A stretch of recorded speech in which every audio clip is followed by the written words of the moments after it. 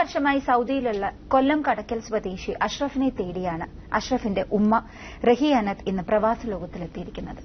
ദുരൂഹമായ സാഹചര്യത്തിൽ അഷ്റഫ് കഴിഞ്ഞ 2 വർഷമായി ഈ വീടുമായി യാതൊരു ബന്ധവും പുലർത്തുന്നില്ല.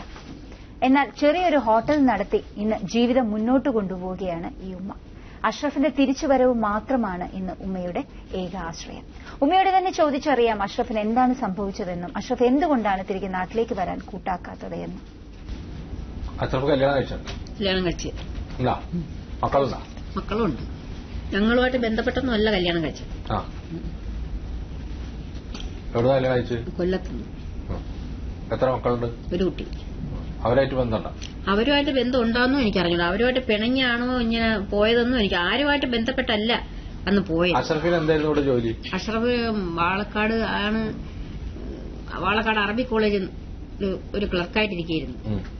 അപ്പൊ അവിടെ വെച്ച് ഒരു കൊല്ലത്തുനിന്ന് ഒരു പാർട്ടി അവിടെ വന്ന് കണ്ട് അവനുമായിട്ടൊക്കെ ബന്ധപ്പെട്ട് ആണ് അവര്. ഞങ്ങൾക്കൊന്നും ഇഷ്ടമല്ലായിരുന്നു ആ കല്യാണം നടത്തുന്നത്.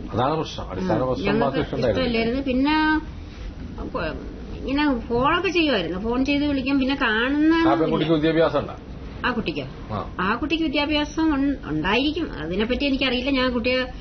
ഞങ്ങള് കേസിലൊക്കെ ഉൾപ്പെടുത്തി ഇവള് ആറ്റിങ്ങൽ കോടതിയിലൊക്കെ കേസ് കൊടുത്ത് ഞങ്ങളുമായിട്ട് ഒരു ബന്ധവുമില്ലായിരുന്നു. എന്നിട്ട് പോലും ഈ അഷ്റഫിന്റെ ഭാര്യ ഒരു ബന്ധമില്ലാത്ത ഞങ്ങളെ പേരിലൊക്കെ കേസ് കൊടുത്ത് ഞങ്ങള് അവനെ ഒളിപ്പിച്ചു വെച്ചിരിക്കുന്നു പറഞ്ഞു. ഒളിപ്പിച്ചു വെച്ചിരിക്കുന്നു. അവളെ ഒരുപാട് മുതലുകളൊക്കെ ഞങ്ങള് വാങ്ങി വെച്ചിരിക്കുന്നു. അവര് വാളക്കാട് ഒരു പ്രത്യേകം താമസിച്ചോണ്ടിരിക്കുകയായിരുന്നു. അവിടെ നിന്നാണ്. അവിടെ ഒരു അറബി കോളേജാണ്. അവിടെ ആരുടെ കോളേജെന്ന് വെച്ചാൽ എനിക്ക് അത്ര പറയാൻ പറ്റില്ല. ജന്നത്തുൽ ഉലൂം അറബി കോളേജ് എന്ന് പറയും. അവിടെ ഗൾഫിലേക്ക് പോകും. അവിടെ വർക്ക് ചെയ്തോണ്ടിരുന്ന സമയത്താണ് അയാള് പോയത്. അവിടെ നിന്ന് തന്നെ പോയത്. അയച്ചതും അവിടെ ഒരു കബീർ എന്ന് പേരുള്ള ഒരു ആളാണ് അയച്ചത്. അപ്പൊ അയച്ച് കുറച്ചാള് ഒരു വർഷം വരെ കുറച്ചാൾ കഴിഞ്ഞപ്പോഴൊക്കെ വിളിക്കുമായിരുന്നു എന്നെ ഇങ്ങനെ. പൈസ അയക്കുന്ന പരിപാടിയൊന്നും അങ്ങനെ ഇല്ലേ. ഒരു തവണ 2000 രൂപ എനിക്ക് അയച്ചിട്ടുണ്ട്. എനിക്ക് 3 മക്കള്. അവരൊക്കെ എന്ത് ചെയ്യുന്നു? അവര് എല്ലാരും ചെറിയ ചെറിയ പണിയൊക്കെ ഉള്ളവര് തന്നെ. ആരും എന്റെ കൂടെ ഇല്ല. എന്റെ ഭർത്താവ് ഞാൻ മാത്രമേ ഉള്ളൂ. ആൺകുട്ടികളാ? എല്ലാരും ആൺകുട്ടികള്. ആണുങ്ങൾ തന്നെ 3 പേര്. അവരൊക്കെ ജോലിയാണ്? അവർക്കൊക്കെ ചെറിയ ചെറിയ ജോലികളൊക്കെ ഉണ്ട്. ഒരാളുടെ തിരുവനന്തപുരത്ത് തന്നെ ഉണ്ട്. കല്യാണം കഴിച്ച എല്ലാരും കല്യാണം കഴിച്ചവരാണ്. ഉമ്മയുടെ അടുത്ത് ആരുമില്ല? എന്റെ ഭർത്താവ് മാത്രമേ ഉള്ളൂ. അപ്പൊ ഈ മരുമക്കളോ ഒന്നും ഉമ്മയുടെ അടുത്ത് നിൽക്കുന്നില്ല? ഒരാള് തിരുവനന്തപുരത്താണ്. പിന്നെ ഒരാളുമായിട്ട് ഞങ്ങൾക്ക് യാതൊരു ബന്ധവുമില്ലെന്ന് ഞാൻ പറഞ്ഞില്ല, അഷ്റഫിന്റെ. പിന്നെ മൂത്ത മോൻ അവിടെ. മൊത്തം മരുമക്കളും മക്കളും ഒക്കെ അവന്റെ അടുത്ത് കൂടി വിട്ടു പോയി ഉമ്മയുടെ എന്ന് പറഞ്ഞാൽ ശരിയാണ് അല്ലേ? അവർക്കൊക്കെ അങ്ങനെ പ്രത്യേകം പോയി താമസിക്കണമെന്ന് വെച്ചിട്ട് അവര് പോയി. ഉമ്മ അവരെ വല്ലാണ്ട് ബുദ്ധിമുട്ടിച്ചോണ്ടാണോ പോയത്? എനിക്ക് ഞാൻ ആരെയും ബുദ്ധിമുട്ടില്ല. പിന്നെ എന്താണ് ഇവര് വന്ന് കാണുകയൊക്കെ ചെയ്യൂ? വന്ന് കാണുകയൊക്കെ ചെയ്യും. അത് കാണുകയൊക്കെ ചെയ്യും. ചില്ലറൊന്നും തരില്ല. ഇവിടെ തിരുവനന്തപുരത്തുള്ള മോനാണ് എന്നെ ഇവിടെ കൊണ്ടാക്കിയിട്ട് പോയത്. ചില്ലറൊന്നും നമുക്ക് തരില്ല. തരും, ചിലപ്പോഴൊക്കെ തരും. ഭർത്താവ് എന്താ ഭർത്താവ് വരാഞ്ഞ്? അവിടെ പീടിയുള്ള കാരണം ഭർത്താവ് എന്താ വരാഞ്ഞ്? അവിടെ ഹോട്ടലൊക്കെ ഉണ്ട്. അങ്ങനെ ഹോട്ടലും ഒരു കൊച്ചു അല്ലാത്തൊരു കടയൊക്കെ ഉണ്ട്. അങ്ങനെ അത് നോക്കി നടത്താൻ ആള് അവിടെ വേണമല്ല. അഷ്റഫ് എന്താ ഇപ്പൊ ഇങ്ങനെ ഒരു നിലപാട്? അവിടെ ഇപ്പോ അവന്റെ ഭാര്യയ്ക്കും മക്കൾക്കൊക്കെ പൈസ അയക്കുന്നുണ്ടാവും. അതൊന്നും എനിക്കറിയില്ല. ഈ 2 വർഷത്തിന് ഇപ്പുറമുള്ള ഒരു കാര്യം എനിക്കറിഞ്ഞില്ല. ഉമ്മപ്പം ഇങ്ങനെ വരാൻ കാരണം അവരെ വിളിച്ചൊന്നും ചോദിച്ചപ്പോ ഒന്നും പറ്റിയില്ലോ? ആരോട് ചോദിക്കാം? അഷ്റഫിന്റെ ഭാര്യ ഞങ്ങളെ കൊല്ലത്തും കേസ് കൊടുത്തിട്ടുണ്ട്. ആകെ കേസിൽ ഇങ്ങനെ ഞങ്ങൾ മുഴുകിക്കൊണ്ടിരിക്കുകയാണ്. ഒരിക്കൽ കൊല്ലത്ത് കുടുംബ കോടതിയിൽ കേസിന് പോകണം. ഈ കേസിൽ നിന്ന് രക്ഷപ്പെടാൻ വേണ്ടിയിട്ടാണ് അമ്മ ഇവിടെ വന്നത്. അയ്യോ, അങ്ങനെയൊന്നും അല്ല. എനിക്ക് അവനെ കണ്ടെത്തണം. അവനെ കണ്ടെത്തിയാലേ ഈ കേസ് ഞങ്ങളെയൊന്നും പിന്മാറ്റാൻ സാധിക്കുള്ളൂ. അവൻ 1-ാം കക്ഷി. ഞങ്ങൾ 4 പേര് ഞങ്ങളിപ്പോ ഈ കേസിലുണ്ട്. ഞാനും എന്റെ ഭർത്താവും എന്റെ നമ്മളെ ജമായത്തൊക്കെ ഉണ്ടല്ലോ. ഇപ്പൊ നിങ്ങളെ ജമായത്തുണ്ടാവും, ആ പെൺകുട്ടിയുടെ ജമായത്തുണ്ടാവും. ഇവരൊക്കെ ആയിട്ട് പറഞ്ഞ ഒത്തു തീർന്നൂടെ വിഷയം? കേസിന് പോവാതെ കുറച്ച് മാന്യന്മാരായുള്ള ആളുകളെ വെച്ചിട്ടോ ഈ ജമാഅത്ത് അല്ലെങ്കിൽ ഇപ്പൊ ഞാൻ പറഞ്ഞത് ഇപ്പൊ ഓരോ ജമാഅത്ത് കമ്മിറ്റികളുണ്ടാവും, നിങ്ങളെ ജമാഅത്ത് ഉണ്ടാവും. പക്ഷെ ഞങ്ങളെ പള്ളി കമ്മിറ്റി എന്നൊക്കെ അത് തന്നെ പള്ളി കമ്മിറ്റിയില് ഞങ്ങളെ ഇഷ്ടത്തിന് പോലും അല്ല ഇവൻ കല്യാണം അവിടെ ചെന്ന് വിവാഹം കഴിച്ചുള്ളൂ. അതൊക്കെ അവരോട് പറയാലോ. ഈ ഇപ്പൊ പള്ളി കമ്മിറ്റിക്കാർക്ക് പറയാ, അവിടുത്തെ പള്ളി കമ്മിറ്റിക്കാർ അവിടെ എന്നൊക്കെ പറഞ്ഞാൽ അവിടുത്തെ യോഗ്യന്മാരായിട്ടുള്ള ആളുകളാവുമല്ലോ ഓരോ മഹലിലും കമ്മിറ്റിയിൽ വരിക. അപ്പൊ ആ നിലയിലൊന്ന് തീർന്നിട്ട് നല്ല നിലയിൽ കൂടെ അവന്റെ ഇഷ്ടത്തിന് അവൻ സ്വന്തമായിട്ട് പള്ളിയിൽ അംഗത്വം ചേർന്നാണ് ഞങ്ങളെ നിന്ന് പിരിച്ചിട്ട് അംഗത്വം ചേർന്നാണ് അവൻ ഈ കല്യാണത്തിന് തന്നെ കൂടിയത്, കല്യാണം കഴിച്ചത്. ഞങ്ങൾ പറഞ്ഞ് ഈ കല്യാണത്തിന് ഞങ്ങൾ സമ്മതിക്കൂല, ഞങ്ങൾക്ക് ഇഷ്ടമല്ല, നിനക്ക് നിന്റെ ഇഷ്ടത്തിന് മാത്രം വിട്ടാൽ പറ്റൂല, ഞങ്ങളെയും കൂടെ ഇഷ്ടത്തിന് നിൽക്കുന്നേ പറ്റുള്ളൂ എന്ന് ഞങ്ങൾ പറഞ്ഞു. അപ്പോഴത് കേൾക്കൂല. അങ്ങനെ ഒരു ഇഷ്ടം വേണ്ടെന്ന് വെക്കാനുള്ള കാരണം എന്തായിരുന്നു ഉമ്മാക്ക്? ആ പെൺകുട്ടി അവൻ മാത്രം ഇഷ്ടപ്പെട്ട ഒരു പെണ്ണിനെ ഞങ്ങൾക്ക് ഇഷ്ടപ്പെട്ടില്ല.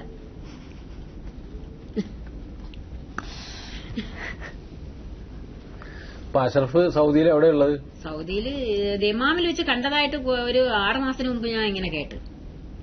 ആരോ ഇങ്ങനെ കണ്ടിട്ട് അവിടെ എന്റെ വീട്ടിൽ വന്ന് എന്നോട് എന്റെ അടുത്തല്ല പറഞ്ഞത്, വേറൊരാളുടെ അടുത്ത് ഇങ്ങനെ വന്ന് പറഞ്ഞു. ആ ആൾ എന്നോട് വന്ന് പറഞ്ഞ് ദമാമിൽ വെച്ച് കണ്ടത്, ദമാമിൽ ഒരു കടയിൽ നിൽക്കുന്നതായിട്ട് കണ്ടതായിട്ട് പറഞ്ഞു.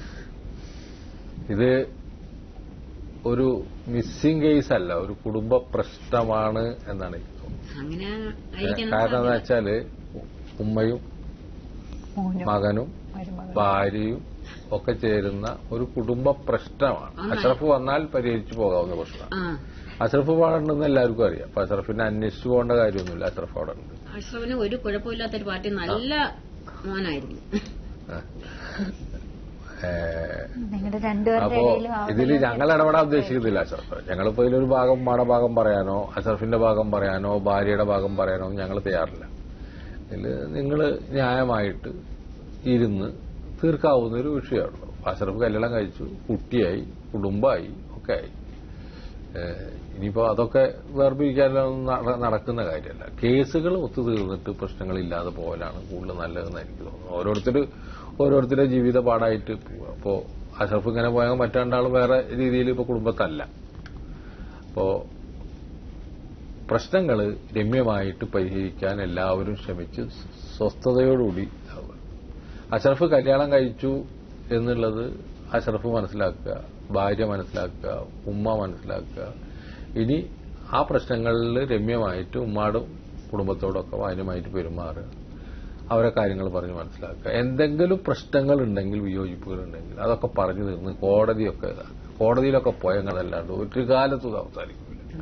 വെറുതെ നടക്കാം, കോടതിയിലേക്ക് ഇങ്ങനെ നടക്കാം, കാശ് കൊടുക്കാം, വേറെ ഒരു തീരുമാനവും ഇതിനുണ്ടാകാൻ പോകുന്നില്ല. നിങ്ങൾക്ക് വെറുതെ ആളുകളെ ബുദ്ധിമുട്ടിക്കാനല്ലാതെ ഈ പറഞ്ഞ രീതിയിലൊന്നും ഇതൊരു അങ്ങനത്തെ കോടതിയിൽ പോകേണ്ട ഒരു വിഷയമുണ്ടെന്ന് എനിക്ക് തോന്നിയില്ല. ഇപ്പോ അഷറഫിന്റെ ഭാര്യയ്ക്കുമില്ല, അഷറഫിന്റെ ഉമ്മാക്കുമില്ല, അഷറഫിനുമില്ല. ഇത് എങ്ങനെയും തീർന്നു പോകും. അഷറഫ് വീട്ടിലേക്ക് പോയി. ഇതൊക്കെ വെറുതെ മാന്യമായിട്ട് ജീവിച്ചു പോകുന്നതിന് തടസ്സമായി നിൽക്കുന്ന വിഷയം. എന്തിനാണ് ഇങ്ങനെ ഇത്തരത്തിലുള്ള കാര്യങ്ങളിലേക്ക് നമ്മൾ പോകുന്നത്? ഉമ്മാടും ഞാൻ പറയുന്നത് തന്നെയാണ്. ഉമ്മ അത് കേൾക്കുന്നതാണ് എനിക്ക് തോന്നുന്നത്. ഉമ്മ അതായത് ഇതിലൊന്നും ഒരു കാര്യമില്ല. മകൻ വന്ന് ആ പെൺകുട്ടിയോട് പറഞ്ഞിട്ട് കേസ് പിൻവലിക്കാൻ പറയാം, 4 ആളുകളെ വിളിച്ചു കണ്ടിട്ട് കാര്യങ്ങൾ പറഞ്ഞ് ബോധ്യപ്പെടുത്തി. അതെന്നെ ഉമ്മ അതന്നെ നല്ലത്. അത് ഉമ്മക്ക് ഇടപെട്ടാൽ നടക്കും. എല്ലാവരും കൂടി ഇടപെട്ട് നല്ല മാത്രമല്ല എന്ന് വെച്ചാൽ രോഗം വരെ ചെയ്യാം. ഞാൻ ഒരു കാരണം ഞാൻ പറഞ്ഞുതരാം. ഇപ്പൊ സാമ്പത്തികവും ശാരീരികവും മാത്രമല്ല. അപ്പൊ ഈ കേസ് വന്നപ്പോ മാനസികമായിട്ട് ആ കുട്ടിയുടെ മനസ്സിൽ എന്നും ഒരു ദിവസം ഒരു പക വളർന്നുകൊണ്ടിരിക്കുക. നിങ്ങളെ വീട്ടില് നിങ്ങളെ മനസ്സിൽ, അഷറഫിന്റെ മനസ്സിൽ, എല്ലാവരുടെ മനസ്സിലും രോഗമാണ് വളരുന്നത്. ഈ 3 ഇതിൽ ഉൾപ്പെടുന്ന എല്ലാ വ്യക്തികളുടെയും മനസ്സിൽ നന്മയല്ല വളരുന്നത്, ഒരു തരം വൈരാഗ്യവും ഇതുമാണ്. അതെന്താ രോഗകാരണമാകുന്നു? കാരണം നമുക്ക് പിന്നീട് പക തോന്നി, വിഷമം തോന്നി, ബുദ്ധിമുട്ട് തോന്നി, ഈ ആളുകളെ കൊടുക്കണമെന്ന് തോന്നി, നിങ്ങൾക്കെതിരെ കേസ് കൊടുത്തപ്പോൾ ആ കുട്ടിയുടെ പേരിൽ നിങ്ങൾക്ക് വെറുപ്പ് തോന്നി, അവരെ കൊടുക്കാനുള്ള. അപ്പൊ ഇങ്ങനെ മനസ്സ് നമ്മൾ സഞ്ചരിക്കുന്ന എന്താ ഓരോ ദിവസവും ഈ വിഷയങ്ങളിലാണ്. നമ്മൾക്ക് സമാധാനമില്ല, ഉറക്കമില്ല, അല്ലെങ്കിൽ പലപ്പോഴും നമ്മൾ ജോലി ചെയ്യുമ്പോൾ നമ്മളെ ബുദ്ധിമുട്ടിക്കുന്നത്.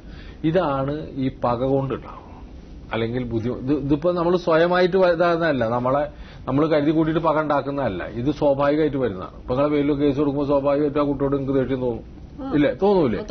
ആ ദേഷ്യത്തിൽ നിങ്ങൾക്ക് ഒരു അസുഖം ഉണ്ടാവും. അപ്പൊ ആ കുട്ടിക്ക് ഇത് കൊടുക്കുന്നതോടുകൂടി ആ കുട്ടിക്കും തോന്നും.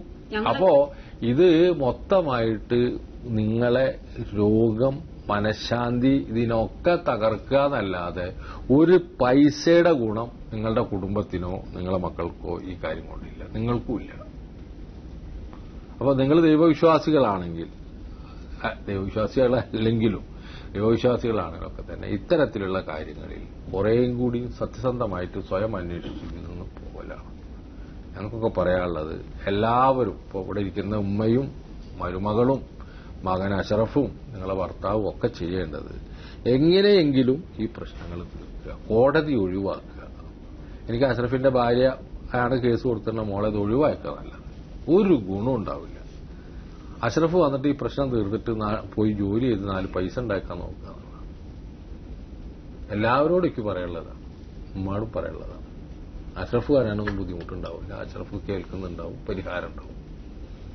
സ്വദേശത്തും വിദേശത്തും കാണാതാകുന്നവരെ തേടിക്കൊണ്ടുള്ള ഒരു യാത്രയാണ് പ്രവാസ ലോകം നടത്തുന്നത്. ഇത് തികച്ചും സൌജന്യമാണ്. കാണാതാകുന്നയാളുടെ ഫോട്ടോ, അയക്കുന്ന ആളുടെ വിശദമായ ടെലിഫോൺ നമ്പറും അഡ്രസ്സും സഹിതം ഞങ്ങൾക്ക് എഴുതുക. എഴുതേണ്ട വിലാസം: പ്രവാസ ലോകം, കൈർലി ടി.വി., കൈർലി ടവർ, പാളയം, ട്രിവാൻഡ്രം 34. ഞങ്ങളുടെ ഹോട്ട്ലൈൻ മൊബൈൽ നമ്പറുകൾ: കേരളം ഇന്ത്യ, റഫീഖ് റാവുത്തർ 9847920104. ഞങ്ങളുടെ ഇമെയിൽ അഡ്രസ് pravasaloகம்@gmail.com. വിദേശത്ത് കഴിയുന്ന അച്ഛനമ്മമാരെ കാണാൻ കൊതിക്കുന്ന, കാത്തിരിപ്പിന്റെ രാവുകൾ തള്ളി നീക്കുന്ന പിഞ്ചു കുഞ്ഞുങ്ങളെ ഓർമ്മിപ്പിച്ചുകൊണ്ട് ഈ ആഴ്ചയിലെ പ്രവാസലോകം ഇവിടെ പൂർണ്ണമാകുകയാണ്. അടുത്ത ആഴ്ച നമുക്ക് വീണ്ടും കാണാം പ്രവാസലോകത്തിലൂടെ. നന്ദി, നമസ്കാരം.